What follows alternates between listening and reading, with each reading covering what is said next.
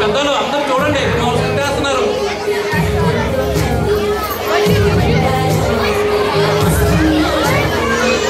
చూసుకోండి.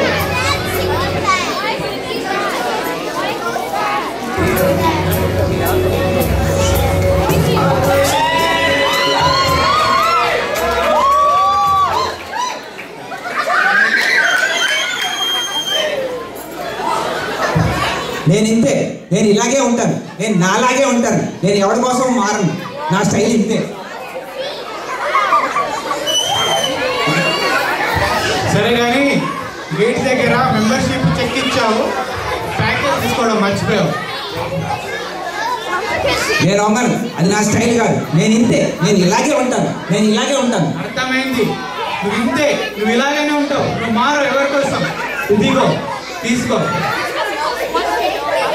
వీటిలో ఇంకా మా ట్యామ్ వాళ్ళు ఇట్లాంటి కోసం ఎన్నిసార్లు తిరగాలి ఈ సంవత్సరం అంతా. క్యూపాన్స్ చాలా బాగున్నాయండి, గ్యారంటీగా ఎవడొకటి పరిగెట్టుకుని వచ్చి క్యూపాన్స్ అన్ని కొట్టేస్తాడు, చూస్తూ ఉండండి.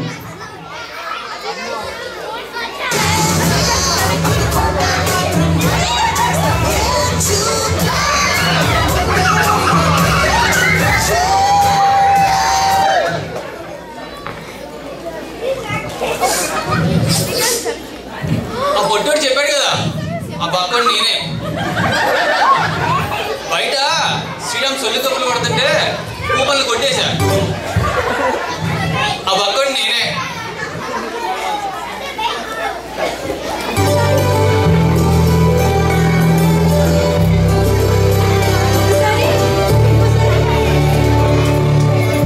ఓ దీని ఆశాలు బాగా టెమటలు ఆడేస్తుంది.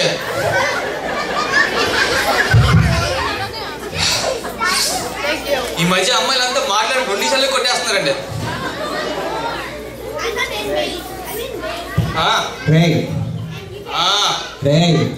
చెప్పరా బాబు, వినిపిస్తుంది. నువ్వు నేను ఇంకా ట్యామ్ సంక్రాంతి ఫంక్షన్ రాకూడదని డిసైడ్ చేసుకున్నాను రా. గొప్పగా డెసిషన్ తీసుకుంటారు నువ్వు. ఏమైంది ఇంతకీ? ఏమైందేంటి, ట్యామ్ వాళ్ళు ఈసారి కూడా నాకు తలుపు తారలో అవార్డు ఇవ్వలేదురా, అందుకే నేను ట్యామ్ ఫంక్షన్స్కి రాను. ఇంకా సరిపోయింది బాబు. మరి తర్వాత ఏంటి? తర్వాత ఏంటి, ఇప్పటికైతే ఇంతే, నేను ఇలాగే ఉంటాను, నేను నాలాగే ఉంటాను, నేను ఎవరి కోసం మారను. నాన్న ఫోన్ చేసి చెప్పావా తలుపు తార అవార్డు రాలేదని? నేను ఎవరికి చెప్పను, ప్రస్తుతానికి నీకు చెప్తున్నాను, నేను ఇంతే, నేను ఇలాగే ఉంటాను, నేను ఎవరి కోసం మారను. సర్లే కానీ ఇంకా సంగతులు ఏం చెప్పు. ఇంక సంగతులు ఏం లేవు, రేపు చెల్లి పెళ్ళి ఉంది కదా, అప్పుడు కలుసుకుందాంలే. ఈడు మారండి, ఈడింతే.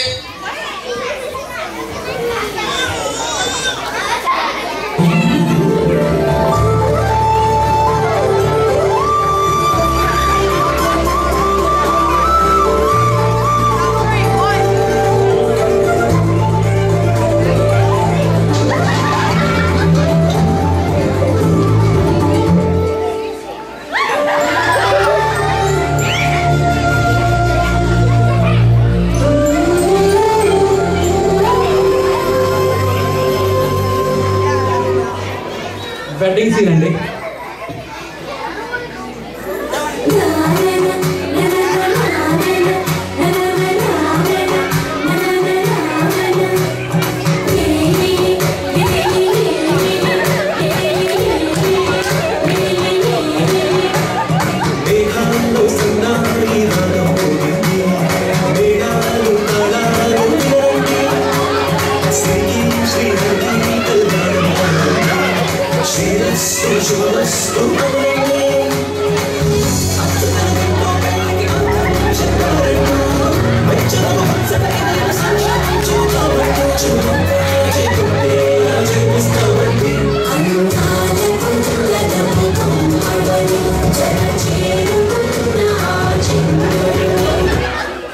అమ్మయ్య, చెల్లి పెళ్లి హ్యాపీగా అయిపోయిందండి.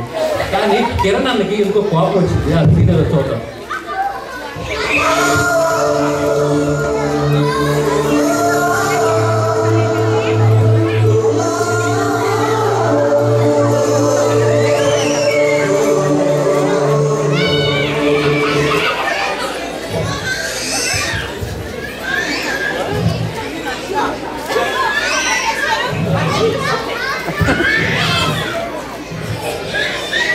ఇదిగో ఇక్కడే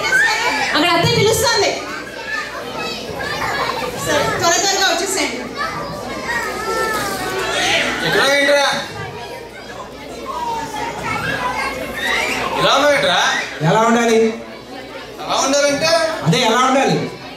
ఎవరి మీద నీ కోపం? ట్యాంక్ ట్రస్టీస్ మీద, ట్యాంక్ జడ్జీల మీద, వచ్చిన వాళ్ళ మీద, కలుపుతారా వాటి మీద ఎంతమంది మీద కోపంగా ఉంటే ఎలా? ఎవడి మీద కోపం అంటే ఎవడు ఊరుకుంటాడు? మరి ఇంకేంటి? నాకు ట్యాంక్ వాళ్ళ మీద చాలా కోపంగా ఉంది. ఇప్పటి నుంచి ట్యాంక్ ఫంక్షన్స్కి వెళ్ళాలి లేవు, వాళ్ళ ఫ్రెండ్స్తో మాట్లాడాలి లేవు, అలాగే ఫేస్బుక్లో లైక్ షేర్ కామెంట్లు కొట్టడాలు లేనే లేవు. మనకి వాళ్ళకి సంబంధం తెగిపోయింది. అలా అయితే కుదరదు. వెంకటేశ్వరి ఏదో ఎప్పుడో 1980లో ఉన్న బెల్బోర్డ్ బ్యాండ్ వచ్చేసి పలుకుతారు అవార్డు రాలేదంటండి. వాడు చూడు ఆ జీన్స్ వేసుకొచ్చేసి టెంపుల్లో పంచి కట్టుకున్నాడు, తలుకుతారు అవార్డు కొట్టేశాడు.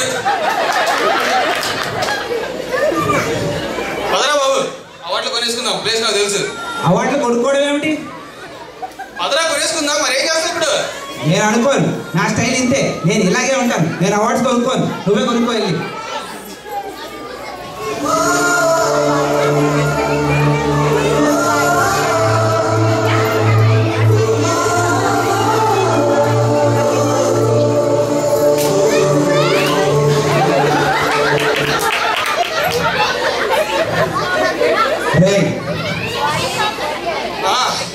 రే నువ్వు బకెట్ ఎదుగుతావురా? ఎక్కడున్నారా? ఎక్కడ ఉన్నావేంటి? స్టేజ్ మీదే ఉన్నాను. సర్లే పెట్టి వచ్చేస్తున్నా.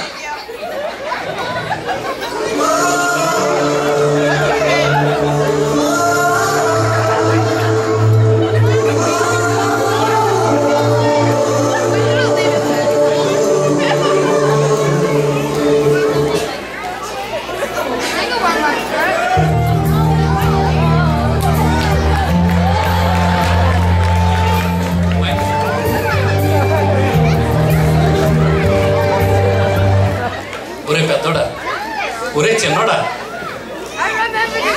ఎంతసేపు నుంచి వెయిట్ చేస్తున్నారా జనం పాపం.